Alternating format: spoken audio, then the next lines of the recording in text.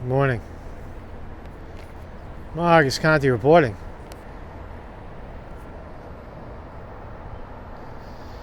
You know this park I'm always in, right? It's a right over that fence is a military base. Alright, so out here there's a lot of war relics right underneath the bridge.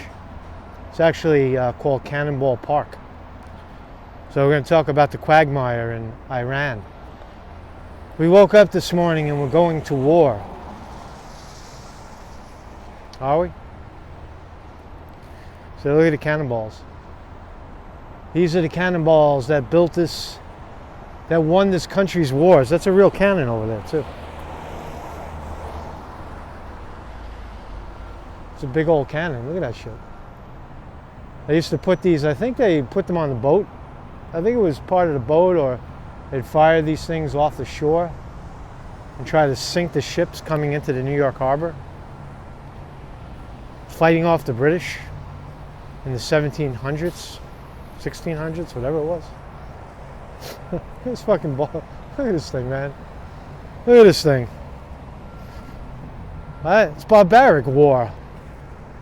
They're throwing giant fucking metal balls at each other trying to sink their ships. Well, right here, the tribute to a little later, the monument to the Dover Patrol. See the monument to the Dover Patrol? It's always here. You see me walking by all the time. I don't talk about it, you know, but it's here. You see what it says. Right? The monument to the Dover Patrol, erected as a tribute to the comradeship and service of the American naval forces in Europe during the World War. And they're referring to World War I. And there's the date over here. You see, it's to the glory of God and an everlasting remembrance of the Dover Patrol, 1914 to 1919. They died that we might live. May we be worthy of their sacrifice. Because that's what war is. Perpetual war. So I got to make a correction. Yesterday I said that a top general a top Iranian general was killed in Iran. I was mistaken. He was killed in Iraqi airport. Okay, in Baghdad. So what? Big deal, right? It's not that big of a deal. Not that big of a deal. It doesn't change the whole story. So Trump bombed the Baghdad airport to kill Qasem Soleimani, right? He's the general, top general in Iran, was killed in an airport in Iraq for alleged war crimes. He's a criminal. He is a war motherfucker. He killed our troops. He killed our brave men in uniform who signed up to fight and die. Like these guys right here. There's a monument that doesn't get a lot of attention, but it's dedicated to the memory of those who gave their lives in the Vietnam War. See the squirrel on the fence? There's a squirrel over there. See a squirrel? Hello, squirrel. Squirrel's not going to fight and die for his country. So, it's an act of war. You kill a top military guy. He's in Iraq. He's in his next door neighboring country. What's he doing there? I don't know. Who cares? What business do we have dropping a bomb on his head and killing him and blowing his fucking hand off? And that's how we identified him. With the hand with the ring. It's barbaric, right? It's endless quagmire. It's endless perpetual war. It's crazy, right? Why are we... How does that make us safe? Now you could make the argument, I know you will, that Trump did it because he was protecting our interests there, and that this guy somehow masterminded the arms flow into Iraq that ultimately resulted in killing U.S. troops. Right? But initially he was fighting, the story goes, and the story is not that important really, because at the end of the day, in the final analysis, we don't have any business being there as Americans. We don't. We never did. This is still Bush, 2002. We're in Iraq because Iraq had weapons of mass destruction and engineered 9/11. All lies. We're still there because of lies. So, 20 years later, Mr. Trump, facing re-election to a Democrat who can beat him, Bernie Sanders, is now looking at history. Trump is not stupid. He's looking at history and saying, I really believe this. And you could disagree, but I believe it. Trump is saying, if I could lose this thing, how do I secure power? And if you look historically, you'll see that any sitting president that's at war, active war, not just little bullshit quagmires, but full-blown war, almost always gets reelected. That's just historically true, right? So what's the goal? What was the goal of blowing the guy up? Why blow him up? What good comes out of it? Are we trying to bully him and crush him into oblivion and silence the Iranian people? Oh, but they knocked our drone down down in the Horn of Africa, in the Gulf. Why are we there? Why is our drone there? They blew up the oil fields. Terrorists. Are they terrorists or are they patriotic Iranians fighting for their country? I don't know. When the American people, Americans put on a uniform and go fight abroad, are they brave Americans fighting for democracy and freedom, or are they foreign invaders to the people that they are invading? Terrorists. It really is how you look at it. I tend to look at it as probably, I guess, the Christian way of, don't trespass against others. Forgive those who trespass against us and lead us not into temptation, I guess the prayer is. I'm not a Christian, but I like that.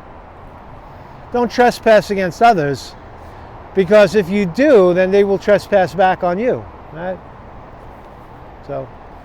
So is goal, I guess what, I'll leave it open-ended for you to answer, but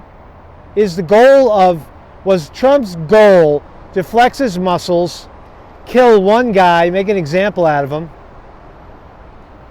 and start a quagmire, another one, start another insurgency war in Iran as 2020 unfolds, the election unfolds, and he looks like a rock star because he's at war. He looks like the big, strong military man.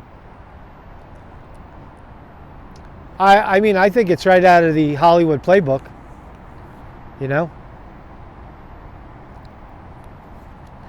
For Trump, war with Iran is re-election. That's what it is. So right now in Iran, there's American flags are burning. They're burning the motherfuckers. Right? Red, white, and blue is getting burned. Hi, squirrel. Hello, squirrel. There's another monument over here that doesn't get much play either. I forget what it is. Let's take a look. So it's a boat mast, and there's the American flags up there, you can see. There's the mast.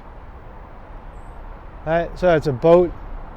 I think this is some kind of original mast, or a replica of a mast. Mast? This is what's on a boat. And you can see the engravements. hard to read because there's stuff on top. Honoring John Paul Jones, a father of the U.S. Navy. No, see how we forget? Like all these brave people at the time, it was so important to get a monument up with their name on it. And now, all these years later, a guy like me walks by, I don't even know what it is. I don't know who they are. Are they forgotten? Are they forgotten? Because that's where we're at right now. We're facing another quagmire. Are 2,000, 3,000 Americans going to die? And a 250,000 Iranians going to die?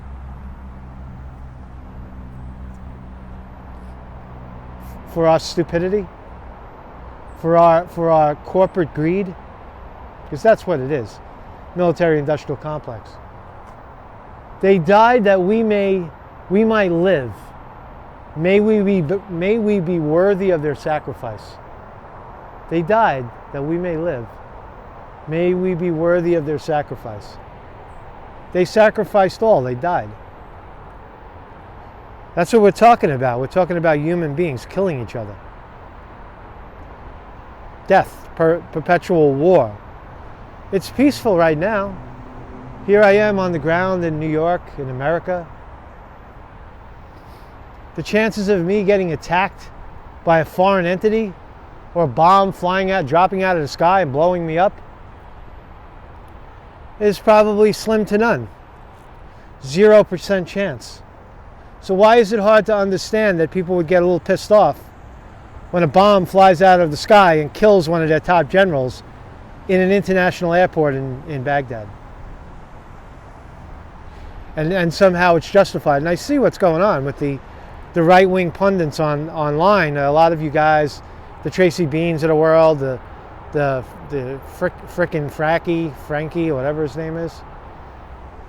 I don't know who he is.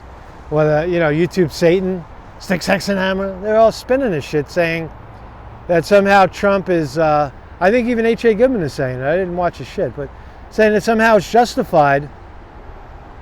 And Trump did the right thing by taking out that's what Trump's supposed to do. He's the commander-in-chief. That somehow it's justified and somehow it's correct. I just don't agree with it. My brain is not wired in that way where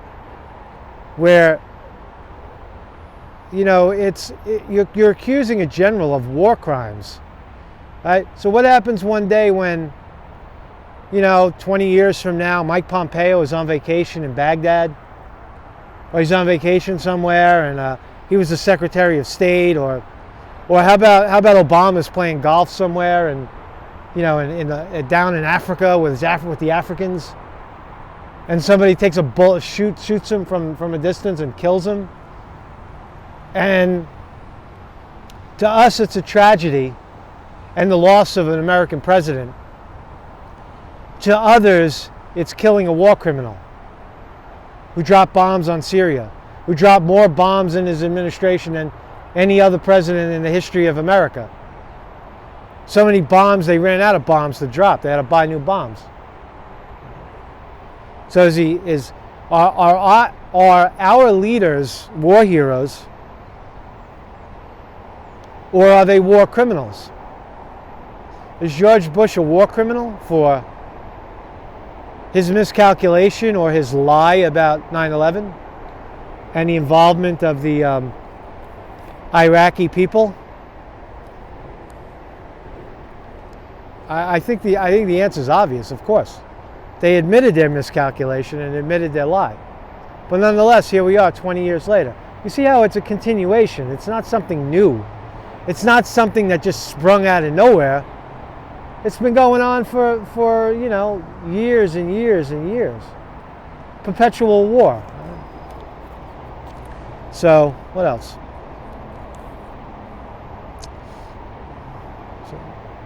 So what more could we expect? What could we expect out of this? What should we expect from Trump's aggressive move to take out a guy? And everybody will say, I know people say some of the comments are, Conte, you've never been to the Middle East, and you don't know what the generals know. Why don't you go there and find out, and then you could have a more educated view of what's going on? I say to you, no, that's incorrect. I don't have to get on a plane and understand the intricacies of Middle Eastern policy. I know the Middle Eastern policy. Our Middle Eastern policy is perpetual war. Secure the oil fields. Make it safe so U.S. corporations can go in there and do business. The military-industrial complex. That is our policy. Why do I need to understand anything more beyond that? That young men and women die to continue oligarchy, to continue to enrich the billionaire class, not for safety, not for national defense, but for expansion and imperialism, American aggression abroad. We outspend every other country on earth 10-1 for military. 10-1. And we have a 500,000 homeless people in this country. We have 3 million people in prison. Half of the country is living in abject poverty. 70% of the country doesn't have $1,000 to their name. But we have trillions of dollars to spend on perpetual war that doesn't keep us safe. And we're on the brink of it right now. We're on the brink of it right now. An act of war has occurred. And we shall see how it's spun. Is it just for re-election and a power grab to keep the American favorite Bernie Sanders out of office? To me, it's so obvious. I mean, it's just the most obvious thing, right? So, have at it. You know, I don't know. I don't know what else to say about it, but I do think that I just wanted to clarify the details and give you my afterthought on what's going on over there. And it's making headlines. It's making news, right? And they'll say, oh, Congress didn't know about it, but that's not valid because the president has the authority to use military force when he sees fit. He doesn't have to broadcast it to Congress. That's a given. So there's no ground there that it's constitutionally... I mean, Tulsi Gabbard, I watched a clip with Tulsi Gabbard. She said it is an act of war and Trump needs to go to Congress to get that authorization for war. I don't agree with that. I think that Trump is always, the President of the United States is always within his rights to use military force, and that's the president that the people of this nation picked to do the job. So there's no ground there. So let's see how it plays out. My hope is that young people stop joining the military, that if you're in the military, walk away. Don't sign up. And you bring the military-industrial complex to its knees. They can't do what they're doing. The corporations can't continue to exploit foreign nations without boots on the ground, without young Americans sacrificing their lives for their profit. So if young America sees that and decides that they're not going to participate, then it's game over. Marcus Conte reporting.